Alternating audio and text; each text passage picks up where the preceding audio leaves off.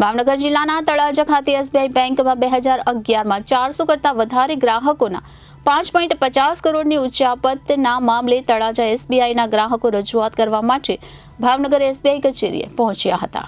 ભાવનગરમાં ગ્રાહકોના 5.50 કરોડની ઉચ્ચાપત મામલે તળાજા એસબીઆઈના ગ્રાહકો રજૂઆત કરવા માટે ભાવનગર એસબીઆઈ કચેરીએ પહોંચ્યા હતા, જ્યાં તેમણે એજીએમને રજૂઆત કરી હતી કે ગ્રાહકોના જણાવ્યા મુજબ 2011માં તળાજાની એસબીઆઈ બ્રાન્ચના કર્મચારી દ્વારા એ બ્રાન્ચના 460 જેટલા ગ્રાહકોના 5 કરોડ ને 50 લાખ રૂપિયા પર ભાડા ઉપાડી લેવામાં આવ્યા હતા, જેની જાણ થતાં ગ્રાહકોએ છેતરપિંડીની ફરિયાદ નોંધાવી હતી. ત્યારબાદ ભાવનગર એસબીઆઈ કચેરીના અધિકારીઓ દ્વારા આ ગ્રાહકોના રૂપિયા પાછા આપવામાં આવશે તેવી બાહેધરી આપી હતી, જેમાં સૌપ્રથમ 2 કરોડ જેવા રૂપિયા મંજૂર થયા હતા, જે પૈકી પણ ઘણા બાકી છે.